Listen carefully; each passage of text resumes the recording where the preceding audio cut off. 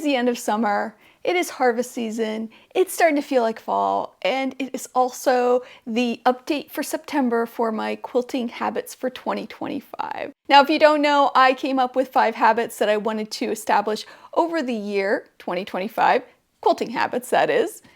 I also did this last year. You can read all about it in my blog. I'll put the habits for this year right here so you can see them. But we're also going to talk about them, so don't worry, you're not going to miss a thing. Before we get started digging into that, my name is Chris O'Neill from Sew the Distance. I'm so glad you're here, and let's get started. The first habit is my no home zone. So if you don't know, my no home zone is that area of my sewing room that gets everything dumped in it. And I have to say, last month I got a 0 out of 5. This month I got a 0 out of 5. If I could get a negative, I probably should in this area because I did not do well at all. It's a mess, and I just keep piling things and piling things and piling things. But I think I figured out the culprit, and I think that may help me for next month. We'll see. So sometimes you just have to think about these things and see what that trigger is. And for me, it was this bin. This bin is what I call my magic bin. It is from my Aunt Amy. And if you lived in the New Philadelphia area, you might have known her. She was kind of big into quilting. She had a long arm service. Let me know in the comments. She passed away a few years ago. I acquired a big bin of fabric that was hers, and you can see that here. I have an arrow showing exactly where it is in my no home zone. I brought that up from the basement. I call it my magic bin because whenever I need a piece of fabric that's a certain color or certain style or certain design or whatever, I'll go down there into the basement, finished basement by the way, climate controlled and all that. And I'll dig through this bin and I usually find it. So it's kind of like magic because I don't even remember seeing it before, but it shows up. Little gift from Aunt Amy. Anyway, I decided this month that I was going to bring it up. Was it this month? Last month. Last month that I was going to bring it up and I was going to start going through it and get all of that fabric onto my shelves. What happened instead is this bin kind of sat in the corner and it made the perfect shelf or height level that I could just stack stuff on top of it. What I did to remedy that is put the magic bin back into the basement. That way I get rid of that little shelf and hopefully that stops my problem. Stay tuned for next month to see if that helped. Hopefully it does. And I went into way much detail about this. Anyway, I'm giving myself a 0 out of 5 because I really didn't do well this month, but I'm hopeful for next month. Moving on to habit or goal number 2. Habit number 2 is being intentional with my quilting purchases.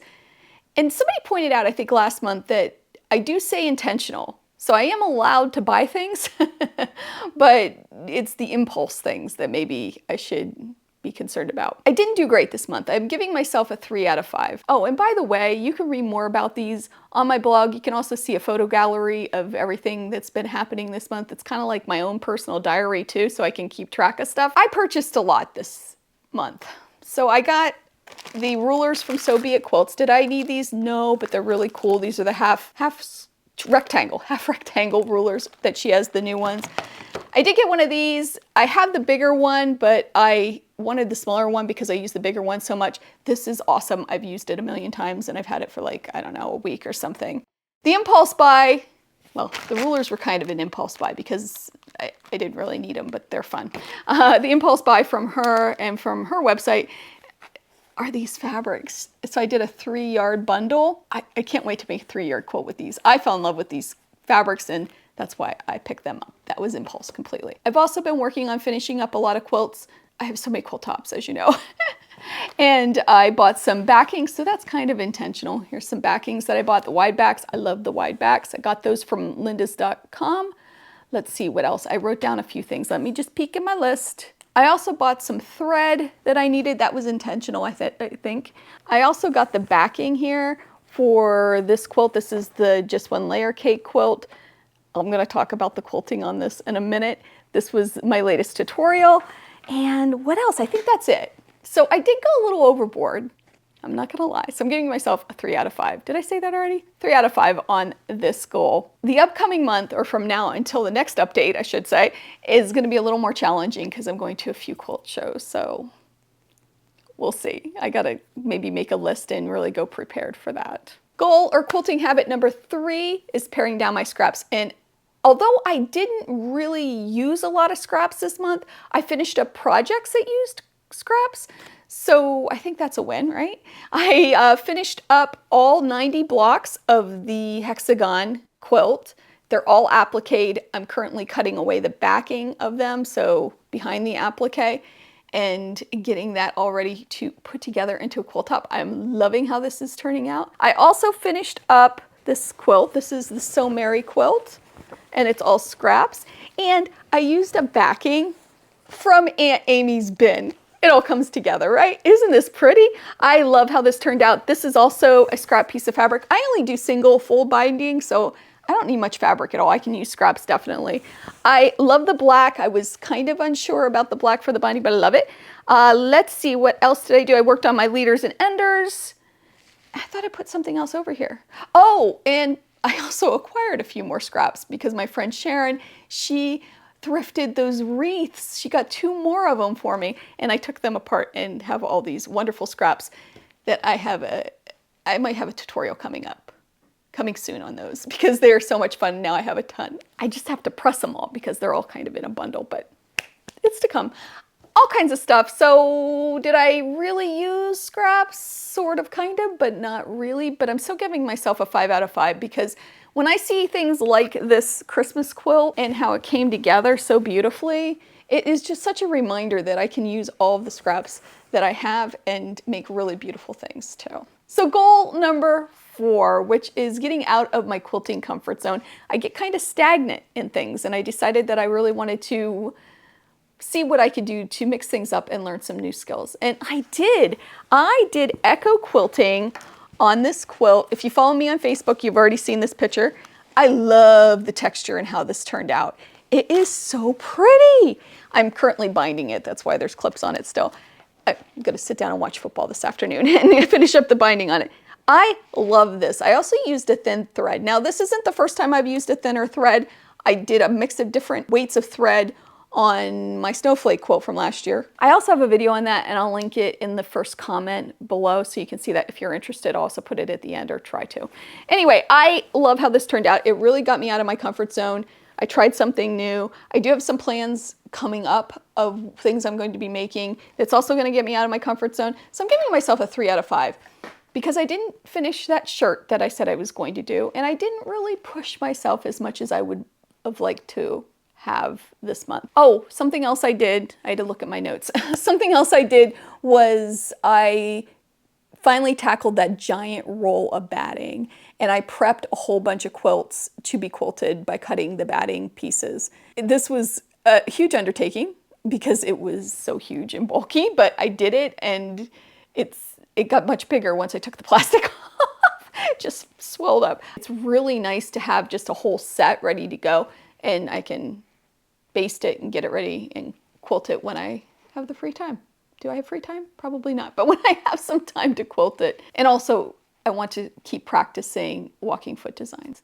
And by the way, I love this book, Walk. It's great. So many different techniques, and I can't wait to dig into a bunch more. Moving on to goal number 5, which is better health and movement breaks. If you've been following along, you know I've been dealing with shingles since January.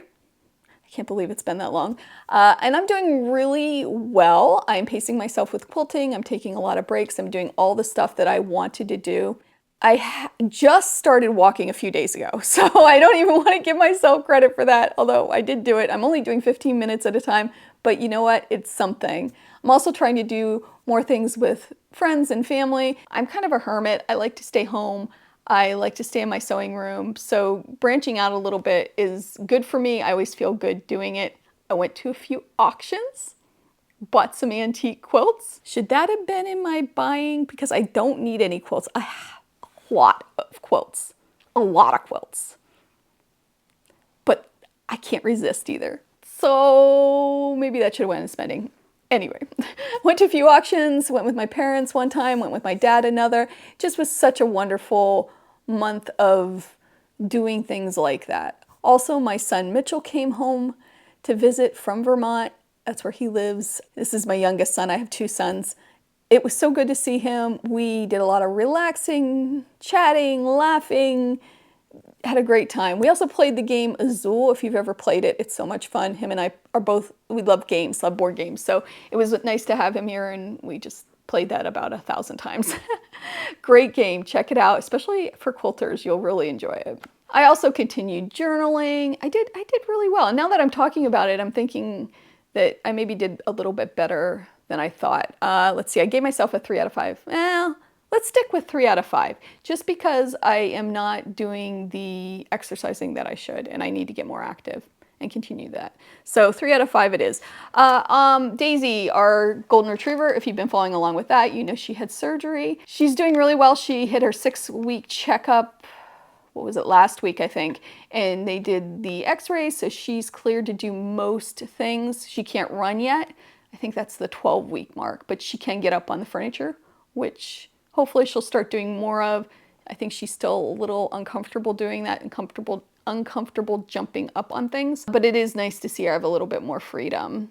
So if this year had a theme phrase, I guess, it would be slow and steady. And that's kind of the way the whole year has gone for me. I hit the ground running in January and then got shingles, and then things just fell apart. So I really do think that this has been kind of my life lesson for this year in 2025, is to slow down, go steady, and just make minor improvements along the way. And that's what I've done. Thank you so much for watching. And as always, I hope you have a wonderful day. I hope you take some time to sew, and I will see you real soon.